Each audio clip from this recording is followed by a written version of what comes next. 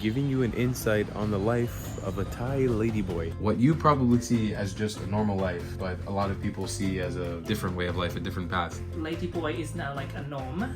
That's what you used to call a trans lady. I still know that I'm different. I respected my identity more. What kind of differences do you see between being trans abroad or being trans here at home? How do you find potential dates? Sometimes I get like, a hate speech. Go back to your country, take COVID with you. A part of the reason as to why this has become like a stigma. I'm Buddhist. The majority of people in Thailand are Buddhist. I think there are a few other religions here. If you're gay, you can't become a monk. Yeah, I graduated doing fashion buying and marketing. Honestly, I'm thankful that I'm actually trans. You have to be strong, like so much stronger than you would have been. If I had it easy, I wouldn't have been me. I'm hoping this would somewhat be an eye-opening insight for some people. Good morning, my friends from Bangkok, Thailand. I today am going to be giving you an insight on the life of a Thai ladyboy. We are here in a residential building somewhere in the Sukhumvit area, and we're gonna head on up and see what we can find. I have been so graciously welcomed into the house of a Thai ladyboy. This is Time. Hey. How are you? Sleepy as fuck. Shit, am I meant to? You can curse. It's all good. Yeah. Good morning. I'm barging into your apartment, your beautiful apartment here at 7:30 in the morning on a Saturday. This is a weekend. You should be sleeping in, and you have a random stranger just barging into your apartment with a camera. Well, welcome. Thank you. Yeah, I want to, I think me and a lot of people have a lot of questions about what you probably see as just a normal life, but a lot of people see as a different way of life, a different path. And I'm hoping that if you're okay with it today, I want to sort of dive deep with you and talk about a lot of things. Sure. So maybe we can sort of start and see how you get ready for the day. Okay, let's do it. Okay. Okay, Time. So we're going to get ready with you and also have a conversation with you as we go. This might be a dumb question, but is there anything different that you do starting your morning than, I don't know, a girl or a boy would do? Not that I can think of. Not that you can think of. Okay, that's cool. Maybe I have a 5 minutes longer line than most of the rest. Actually, maybe we should just dive in deep directly before we start the day, because I want to make sure that I'm not triggering to you or to anybody else in this video, even though we've already talked about this and I don't think I'm going to trigger you. But like when I use terms like girl, boy, lady boy, transgender, like what are your preferred terms that I should use when I'm speaking to you? Or transgender, trans, or like just literally girl, women, lady, whatever. Mm-hmm. See, like I personally find it a bit offensive to say like lady boys, just because I'm like, okay, I fully identify as a woman. Like, what do you see as a boy in me? Even though like I feel like most Thai girls, like trans girls, are okay with it, just because I think it's kind of like a normalized term that like lady boy is now like a norm. Also because like a lot of the trans girls here don't speak like very good English. I'm not saying that they don't speak English, I'm saying that like sometimes, or it has now become like a term, like an official term in Thailand. That's what you used to call a trans lady. right. It's almost saying like the F word, calling like a gay man, in English. But even with like my previous questioning, for example, like comparing your morning to a boy or a girl, like do those things ever get offensive to you? Like do you find yourself identifying somewhere in the middle as trans, or is it strictly a girl? Like I am a girl, I am a woman. I think that's how I feel most of the time, but I still know that I'm different in a way, so I don't actually see or feel myself being like any different to another girl, or like another trans girl, or for another trans girls to be any different to a normal 100% cis girl. Cool. Well, amazing. Let's get ready, huh? Let's start the day. We've got a long way to go. I've got a long day today, so and we've got a lot of questions, so let's go. So yeah, first thing in the morning. Doesn't mean I have to go back to sleep for 5 more minutes now that I said it. Yep. All right. Let's close the show up. It's all good. Wake up. I probably like pull the curtains open just because I need to let some light in, because this curtains like does a wonderful job of like keeping the room dark, and I probably wouldn't get up. Get out of bed, do a big stretch or something, and then head over to the bathroom. Do you have like an exercise routine at all? You do any yoga or any meditation or? That has been my New Year resolution for the past 5 years. Oh, okay. We'll get there eventually. Is it okay I follow you into the bathroom? not for the shower part. Okay. But maybe. That You one- Subscribe to my OnlyFans. OnlyFans, I was just gonna say. You check out her OnlyFans. I'm just kidding, I don't have one. Do I? So yeah, I'll like brush my teeth, quickly clean my face, wash my face. So no, I don't really know I have a particular steps that I do in the morning. Depends on how late I am for work, then you know, some of the steps get skipped. But because we're up at 7. And here's an interesting question, okay? And I apologize in advance. I don't think I'm gonna offend you in any way, but like I'm genuinely curious. Like, is there anything that you do in the morning to make yourself feel more woman-like? Like, is there anything that brings out the femininity in you that you want? Probably if I need the like extra boost of courage or like, you know, the extra confidence, I'll put my makeup on, you know, just looking all like nice and pretty, and then you like more confidence to get about your day. So like, I don't know, because I feel like that's a power move in every person. Like for me, it's just high heels. Like literally, it's like, you know, when you're doing your presentation or just giving out a speech or doing like public speaking, or you know, when you need it, like call it alter ego if you want. But yeah, like if you want to bring her out, I'm just like, okay, stepping into these shoes, and then I'm like, how would you like power moves, right? Like, yeah, and then I'll just be more like confident. So things like makeup and high heels that will bring that out. It's not even the aspect of femininity. I think it's more like just what girls even normally do, you know, like just to feel more confidence about themselves. Yeah, definitely. Yeah, I mean, the answers to any of these questions are the answers to your questions. You know, like they are what they are. And you know, as you're getting ready as well, let's go a little bit layered deeper. Like, how and when did you know that you felt this way? I think because I have always felt it ever since I was young, like ever since I can remember. I just knew that I like wanted to be a girl, but I wasn't sure, you know, because at that age, like 3, 4, you wouldn't know what was happening. But because I felt so strongly that, you know, like being a girl, it was more subtle at first. It was more like, oh, wouldn't it have been nice to be a girl, to be one of those girls that, you know, like you can play with, and you can have like all these dolls and toys and all the usual little girl stuff. Even if we play pretend, I would still like Legos, or what do you call them, like the princess or the like the princesses, or like these like labor worker ones. Yeah, and then I kind of brushed it off, you know, like growing up, and you know, because sometimes your parents aren't like supportive, or maybe they ready or sure about it. I kind of brushed it off as I was growing up, just thinking like, yeah, like I'm just like a man, I'm like doing a man thing, you know, just the whole, I think everybody like in the LGBTQ community would probably have been there at some point, like the closeted era, let's call it that. I did come out as gay when I was like 17. It didn't go as planned. Oh, really? What happened? But things do get better. I think, well, things have gotten better when I came out as gay, because, you know, like there's no need to pretend. And I have always been those like overly flamboyant, over the top kind of guy anyway. So I've been wearing heels, I've been wearing dresses anyway. And because me living abroad, it's sort of like I had that mentality of like just not giving a fuck and just do whatever you want, because I would say sometimes it's dangerous, like at times, to be wearing a dress like out in public in a very conservative area for also. Here in Thailand.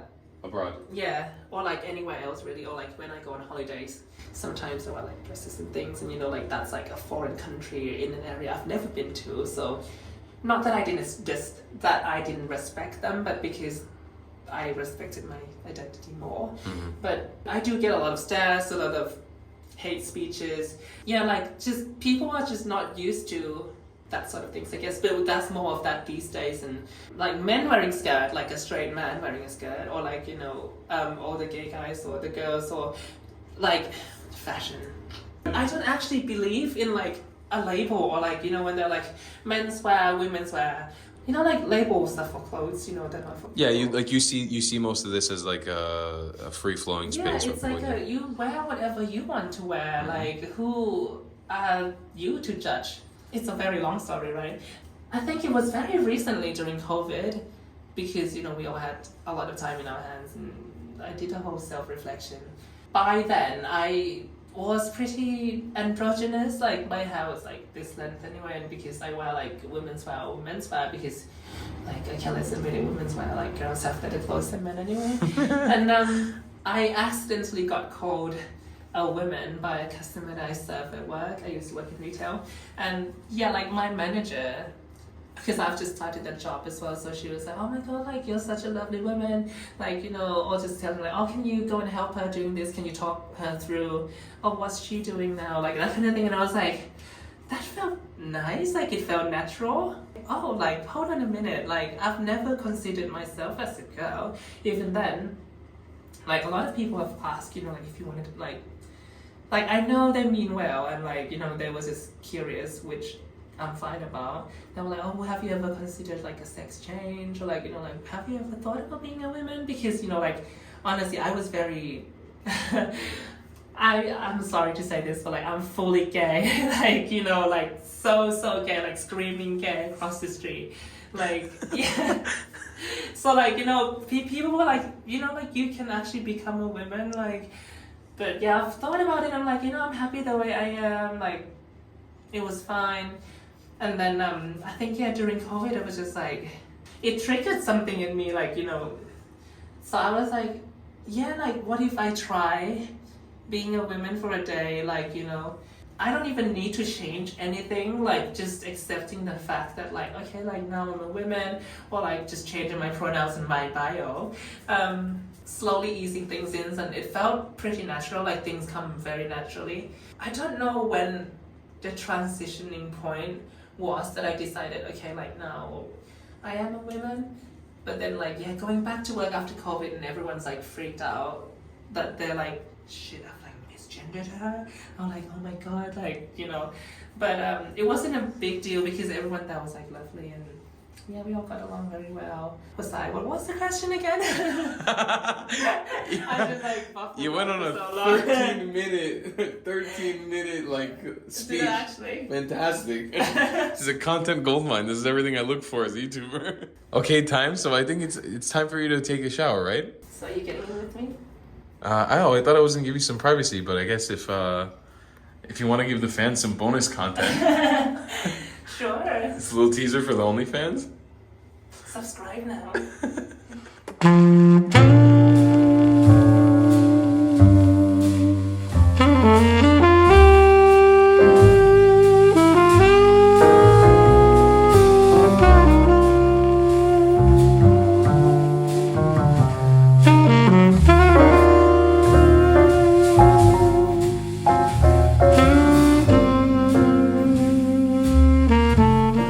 I wanted to ask about being trans in Thailand. Like, what is it like to actually be considered a ladyboy or trans here, as opposed to like living abroad? Because you said you've lived abroad, right? And like, what kind of differences do you see between being trans abroad or being trans here at home? Or like people make comments and you become like a celebrity, you know, you're like a rare item because everybody doesn't normally see that in their days, and that's at least giving them something to talk about. Or like, what's the difference? I don't feel it personally because I'm just being me, so it's like me doing me things just in different places.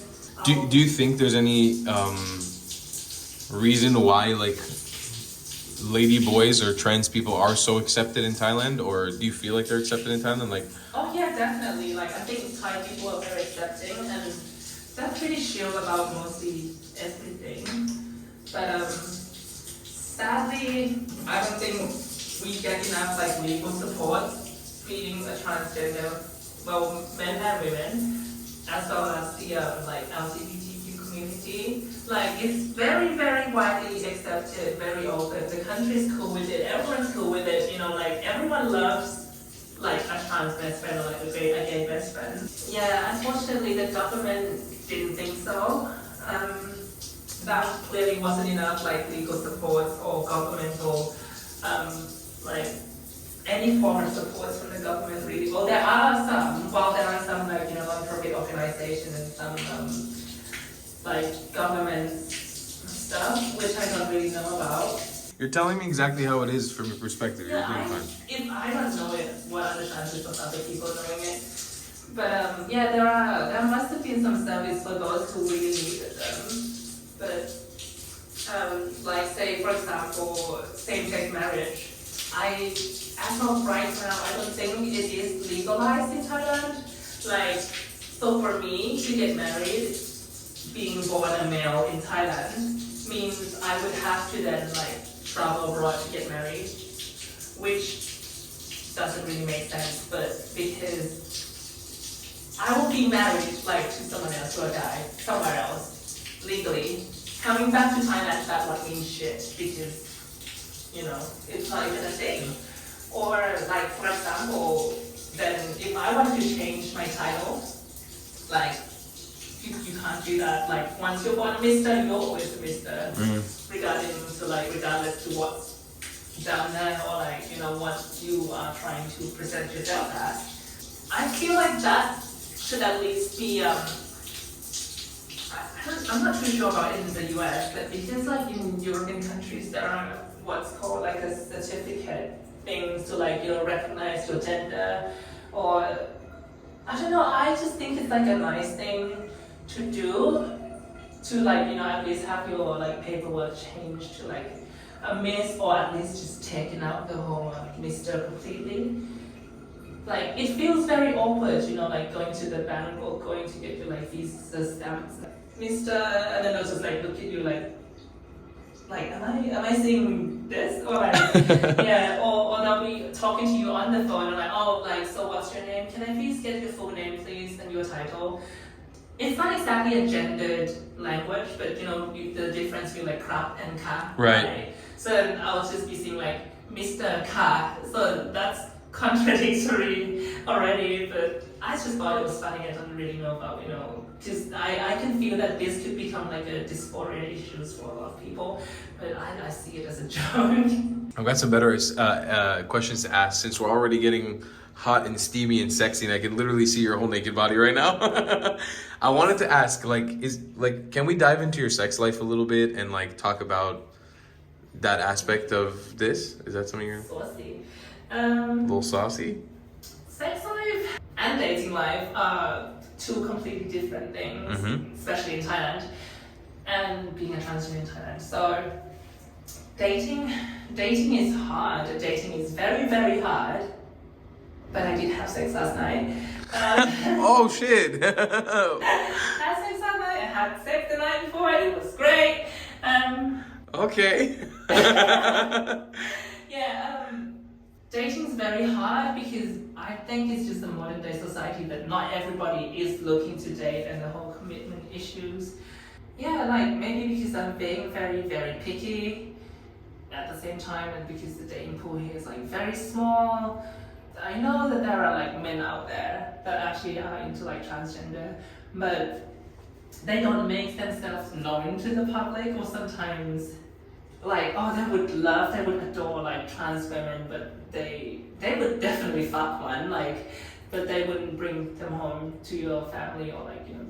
So this is like there are also like, don't get me wrong, there's also people who are like open to this and like more than happy too, but most of the time, like the reality, I think this is what it is right now, or how it seems to me anyway, because I've been getting a lot, but because I don't know, maybe that's that one personal issues with that like fragile masculinity. But when you say like getting a lot, like how do you find a potential hookup partner or a potential date? Is it through dating apps usually? Yeah, dating apps. Face to face. Because like I work pretty much like 24/7. Like I don't know how many. I work like 12 hours a day, 7 days a week. So where am I gonna meet all these guys?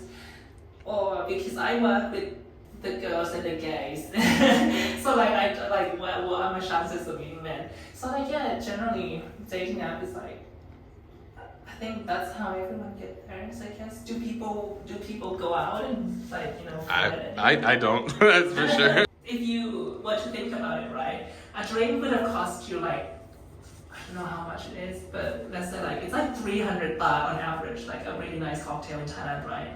300 baht for yourself and a girl you're trying to hit on, right?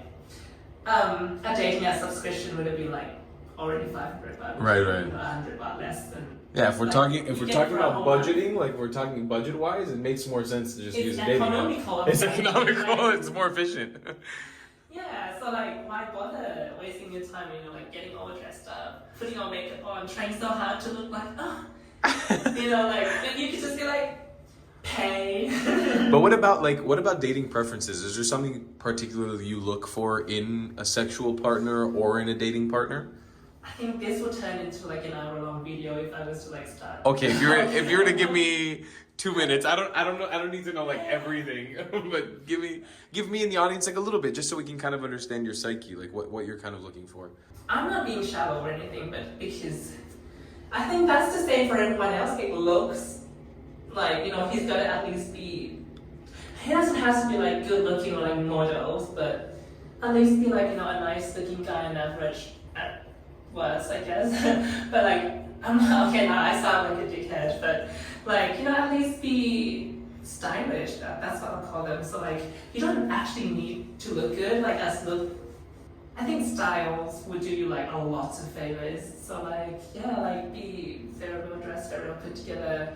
Doesn't necessarily have to be well groomed because there's some rugged women like dad bods out there that are like so hot. But like, yeah, like honestly, I don't have a type personally. I go for like men that pulls themselves together basically, or like, this is so cringy, but I'm like, oh yeah, I'm more like a personality type girl. Oh yeah. But yeah, I mean it though, like, as long as he looks like, okay, let's just put it as like, he's nice looking, right? Like, put it in a box, show it over there. So like, looks wise, that's it. I don't have a specific requirements of like, oh, he's gonna be 6 foot. But like, yeah, like that aside, I think I would tend to go for men who are more like, who's more mature, who's more like, actually an adult and not a man-child. Well, I think the things that I look for in a relationship that I think I value the most would be like communication, like you just gotta communicate, because that's the key, right? Communication is key. Communication, honesty, and like, you gotta be like trustworthy and respect each other's boundaries, and like you just gotta trust the other person to like make this work, and a lot of sex. Oh, you look all fresh. You look all fresh and beautiful. Now I have to do the beautifying. The beautifying part. In regards to sex life, have you had any crazy things that have happened here, particularly because you are trans or because people see you as a ladyboy here, sexually? Is anything crazy or? You meant like any like a crazy sex kind of thing, or like things that happen to me like on the street? Yeah, things that happen to you on the street. I mean, crazy sex, I'm just going to keep that as like that's a good thing that's happened to you, right? But I'm talking more of things that like either affected your mental health or affected you physically. Now that I'm in Thailand, I don't get much of that, thankfully. But like, yeah, being elsewhere, sometimes obviously you get stared at, you get talked about. Sometimes I get like sexual harassment or like, a hate speech, or like some guys would literally walk up to me just to like say that to my face. I'm like, wow, you would go that far to like try and ruin somebody else's day just to like, like what is the need for that? But yeah. Wow. Or sometimes I get like people coming up to me, like back then with the whole COVID situation as well, people would just, and the whole like Donald Trump thing, everyone would just be targeting me because I'm like a walking prey. Like they'll literally just come up and be like, oh, you're a man or a woman, or they'll be like, go back to your country, or like take COVID with you or something. And I'm just like, I don't think it ever gotten like that physical. Like there are like touches and shows and things, but that was mainly because I was like, excuse me, like, so yeah. But have you generally felt like more safe at home since coming back to Thailand? Like, have you felt like this stuff? Well, I am home. People are a lot more friendly. So like, the LGBTQ community. I'm like more like a cheerful, happy person, I guess. So like, if I'm walking down the street, I don't know if someone wants to look at me, like I would like, smile at them. I don't know if you noticed that, but I feel like a lot of Thai people do that. All the like, time, yeah. Especially if they see like foreigners and things. So like, So, if they caught you looking, I'll just give them like a quick smile, like a quick nod, rather than just like looking away and like it's so obvious. Like, come on, like you've caught me looking, so like might as well. I wanted to ask you also in regards to what we were talking about, sex life and stuff. Like, do you consider yourself a very sexual person? A very, like very in tune with your sexuality and sex in general? Talking about sex when we're in bed. I think I have always been sexually active, so it's like nothing new to me, and like I enjoy sex and I enjoy myself, so I think that's all that matters as long as you're being careful. Because there are some weirdos out there. I'm sorry, but there are people who are just weird, right? Like I am very open about like sex and about like anything really. Like I'll try anything once, maybe like twice if it's good. All the sex stuff, like I would say I've tried like pretty much a lot of them. There are some stuff that I haven't tried, and there are like boundaries and respect. There are some good weird ones out there, and sometimes I've like discovered my like new fetish by accident or. Okay, and like a follow up to that, do you think this is again probably going to come off as very ignorant and stupid, but I gotta ask it because I'm sure there's people who are wondering. Do you think that being a ladyboy or being trans in Thailand, do you think it comes with being hypersexual or over-sexualized or sexually active? Sort of, I think that a lot of people have this idea of a Thai ladyboy in their minds, right? Like, especially in the West, it's like, this is a sex object rather than a person. It's partly the reason why I wanted to make this video too. But do you think that is the case here? Yeah, like for sure, like definitely. I think it's just not the fact that people, or like let's just say in this case, like men are objectifying women and trans women.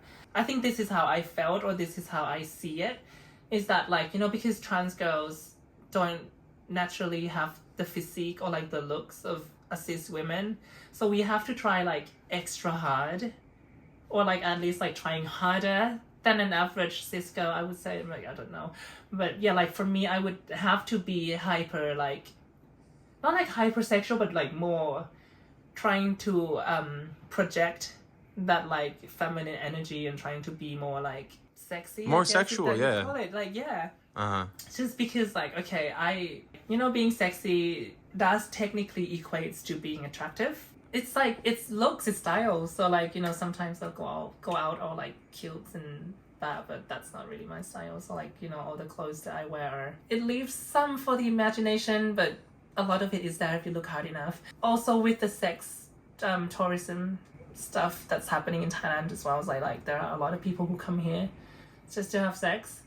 And I think because being trans, as I said, like it's like a rare item, which isn't like that rare in Thailand, but I think it was more like an uncommon thing, I guess. So a lot of people would be here just to be like, oh, like a YOLO kind of thing. Like, yeah, I'll try it once, as I said, or maybe twice if they like it. Yeah, I think that's kind of like a part of the reason as to why this has become like a stigma. And word of mouth, sometimes, when you go home, you'll be telling your mates, like, oh, yeah, like, man, I, like, fuck this chick. Or, like, they'll just be like, oh, like, I took her home. Like, the usual storyline, like, I took her home, pulled out her pants, and, like, it was bigger than mine. Like, those kind of thing. And, yeah, I think that's kind of why it has become, like, a stereotype.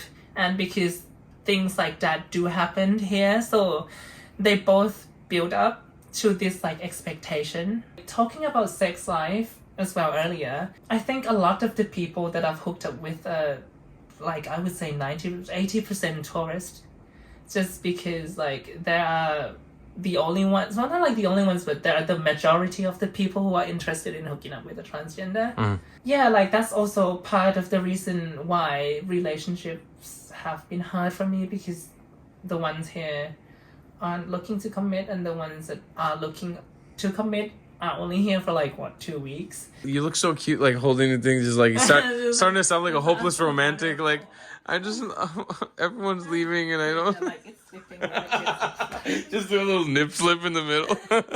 All right, so we've moved on to we're in the post-production phase right now. Yeah, so. Hi guys, welcome back to my YouTube channel. So, hey, it's my YouTube channel. It's hijacking the vlog. I'm not gonna let that happen.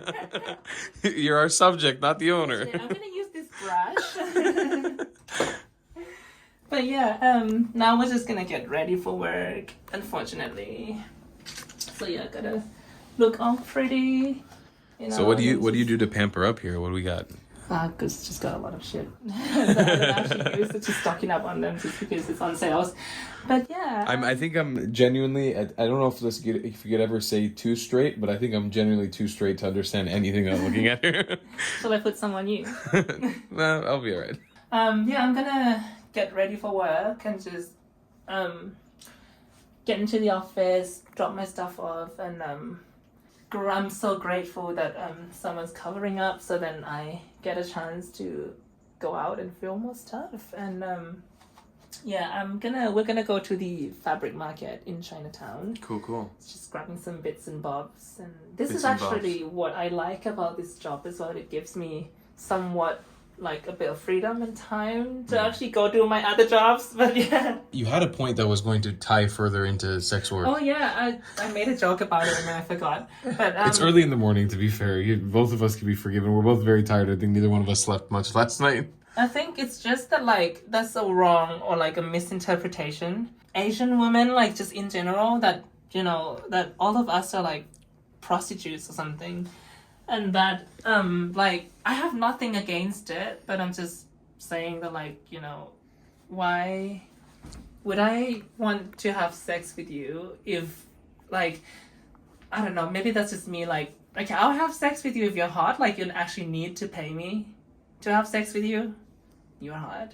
Yeah, have you ever even, like, yeah. Little old me? Little old me? Have you... I have a question for you, Tyler. Like, have you ever been with a trans woman? No, I haven't. Cheer. But yeah, okay, let's get ready for work, and then you can grab a little coffee on the way since we've got like so much time. Okay, I want to ask you about religion, like your religious history, your family religious history, like religion history, and how that ties into your life nowadays, if it does at all. I'm not gonna lie, I'm not like a very religious person.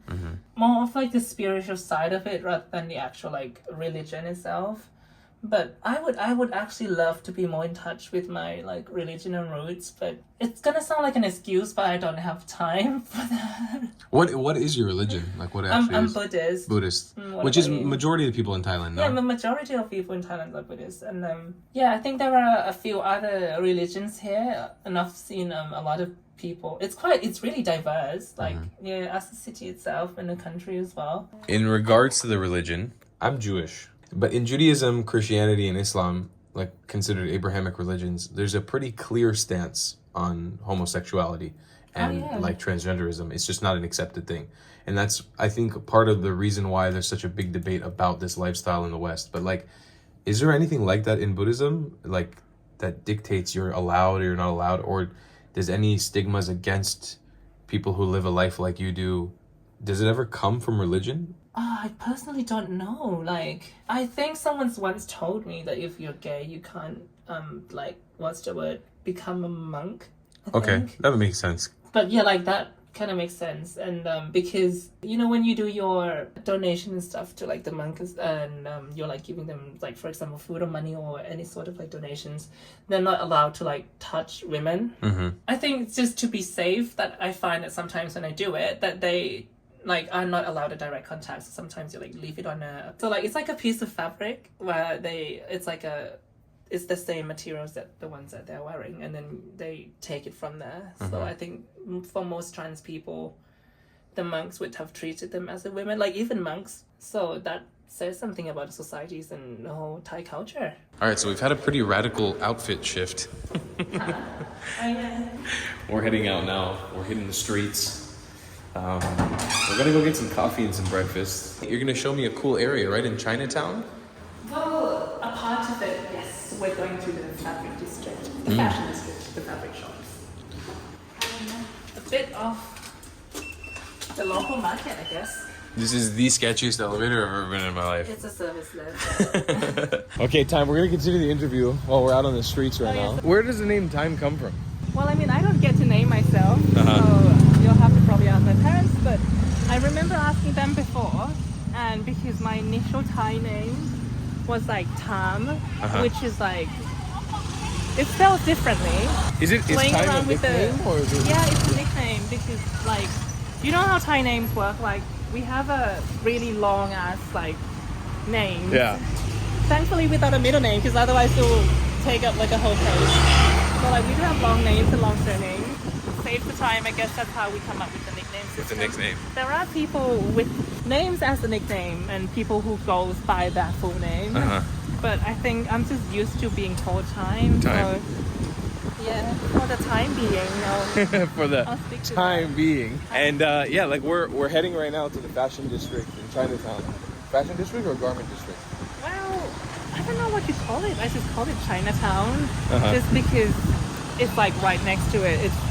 It's literally got everything you need, like food, clothes, well, fabrics, like no, literally like anything you name it. And this is an area that you frequent because it has something to do with your job, with your career? Are you?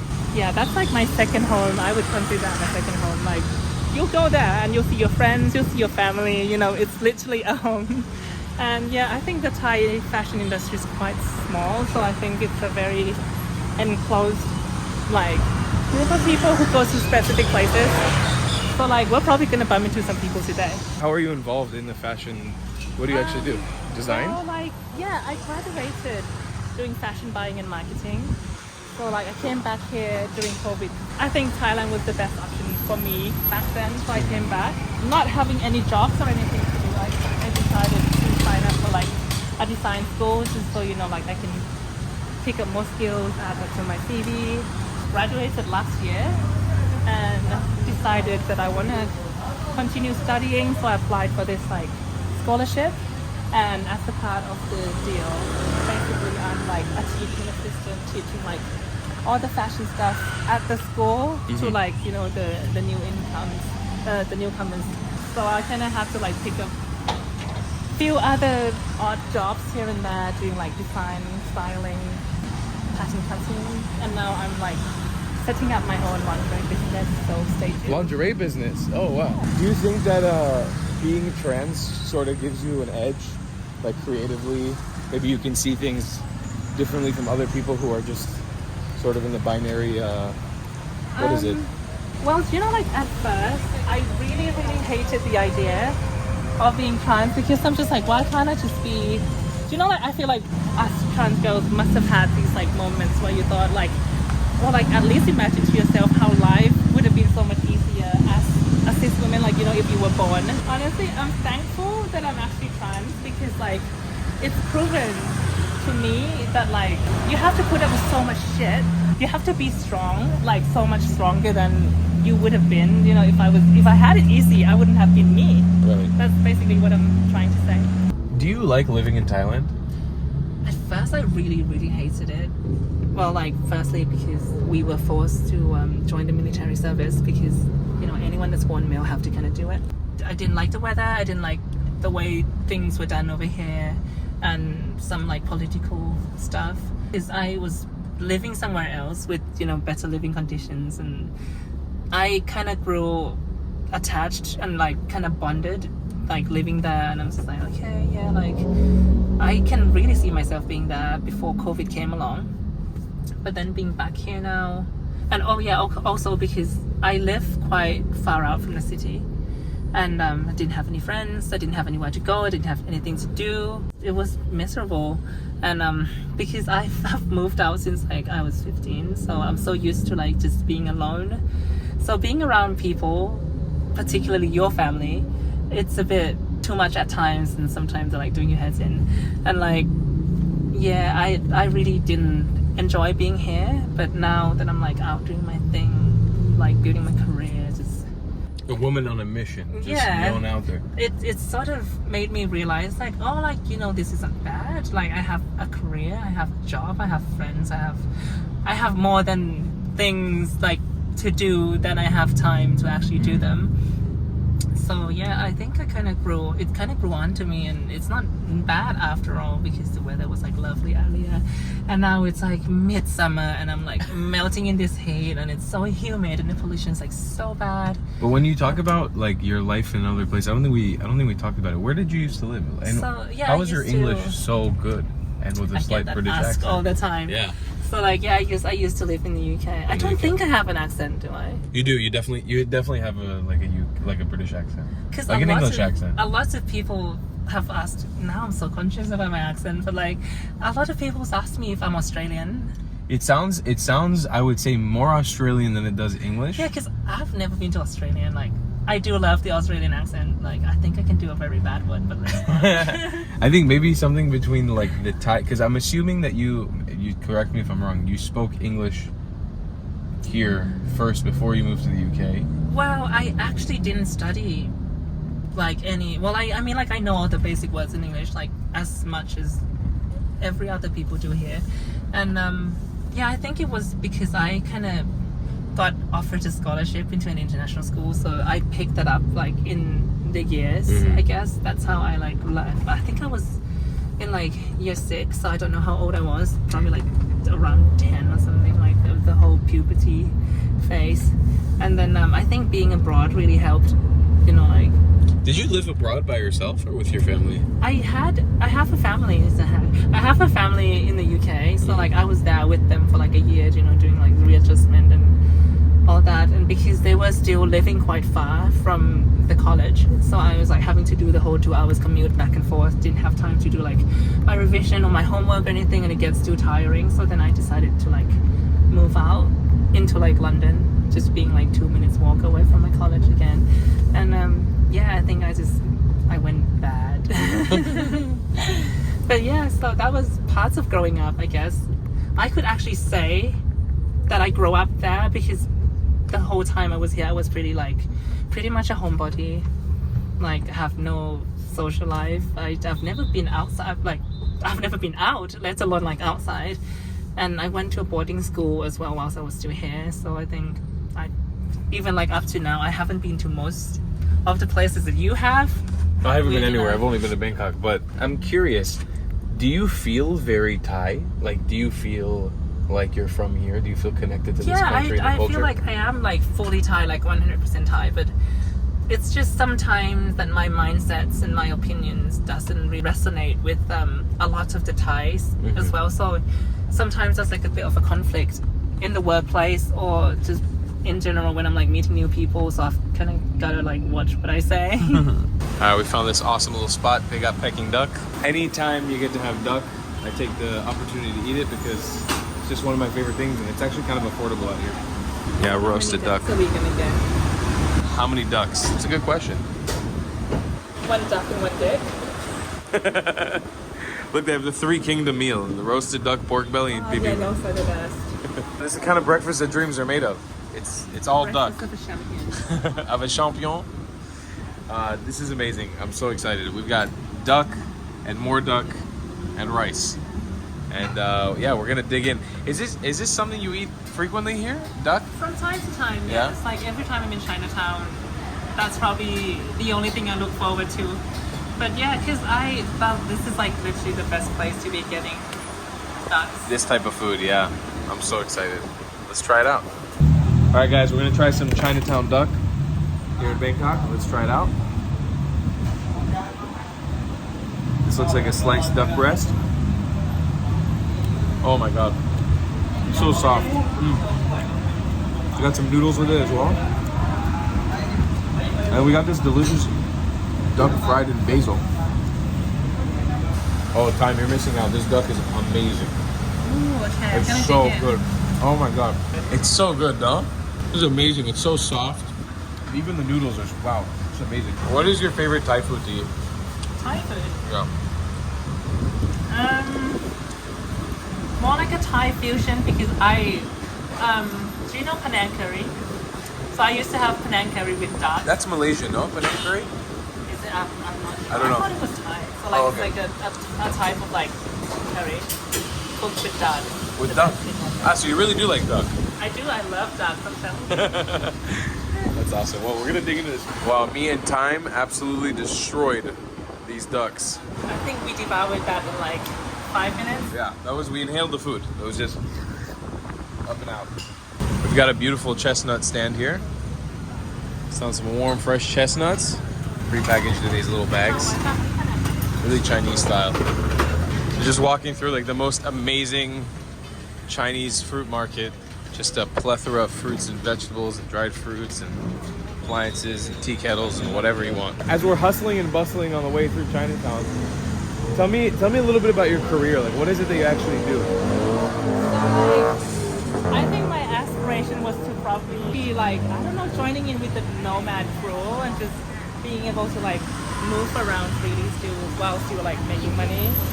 But so yeah, hopefully my lingerie brand hits it off. But honestly, working in Thailand is really, really hard as a foreigner as well. Well, I mean, not for some, but there's a lot of discrimination happening with the whole like workforce and labor and being transgender and everything. So like sometimes you get rejected from like job applications purely because you're like transgender. Because you're transgender, you recognize it on the job application and say Yeah, no. and because you know they make you actually put a portrait of yourself on your job application. Oh wow. Or sometimes it goes down to like your height or like your weight, like how much you weigh, how tall you are, as to whether you're getting the job or not.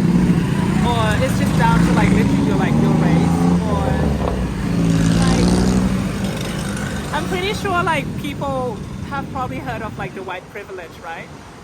Times it by two over here. Sad truth, but yeah. But is that like white as in like lighter skinned Thai people or? Like as a white person, as well as being a male, you have it pretty easy, I think. But you know, there are of course like pros and cons to that. So we're heading into China World now. Hi MTV, welcome to my crib. Welcome to my cribs. So this is where Time gets her fabric. I wanted to kind of get your final thoughts on this. Like, this has been a full-on video, right? We've talked about a wide variety of topics here, but especially with how this ties into what, in my opinion, is going on in the West and how transgenderism and this idea of ladyboy culture and all this stuff has become so hyper-polarized. I'd love to hear, like, what's your sort of message to the world in regards to everything we've kind of talked about today? If I'm honest, we've talked about so much on and off camera that I don't actually recall what I've told you about. But well, like just at the end of the day, we're all humans. Like, you know, we're all living in the same world. We're sharing the whole same environment. Be kind, you know, be patient, be open-minded if you can, be understanding, empathic, I guess. Like, be nice, you know, just that's all I can say. And at the end of the day, like trans girls, cis girls, we're just human. We're all human. My thoughts on the videos. Well, I'm hoping this would, you know, somewhat be an eye-opening insights for some people who have perhaps not seen this side of Thailand and the whole trans community, or like just to maybe provide a bit more first-hand experience, like my own experience as far as like other girls' experience and anyone who's like ever visited Thailand. Yeah, well, I would highly recommend that you come visit. I'm not very good at this. Like, I feel like if it's not drafted out, I can't. No, I feel like you're being your authentic self, right? You're telling me the truth, honestly, what you feel, and that's all that we really know. If I had to like summarize for myself, it's been an eye-opening experience, like hearing about your life experience getting to this point. And also, I definitely have a feeling that I have a way better, more clear image about when it's right and wrong to use the term ladyboy, and if it's right at all. And yeah, like because honestly, some people are fine with it, some people are not. So like, anything you're unsure about, just ask. Right. And I think people like you, this is maybe the most important point, is that I think the world really needs more people like you that don't get so, you won't get so stuck on a point or so offended so easily. Like, I feel very safe and open talking to you about this stuff because I really am not so knowledgeable about it. And I want to know.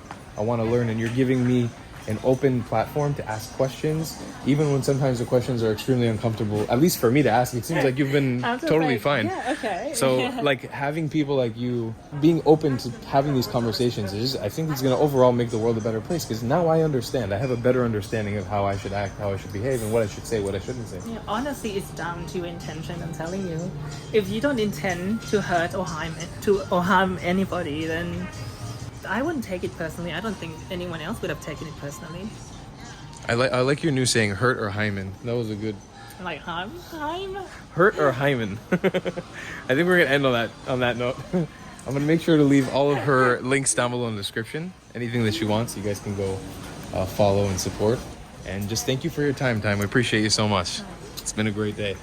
Guys, these are tough topics that I don't even totally understand myself, but I'm here for learning, and I want to learn all these things and get used to talking about them and bring you guys a deeper, more insightful YouTube channel, especially with the content that we're talking about nowadays. So I hope you guys enjoyed this. I learned a lot. I definitely think I have a lot more to learn, and I'm happy to share this message with everybody. I'll see you guys in the next one. I love you long time. Goodbye, guys.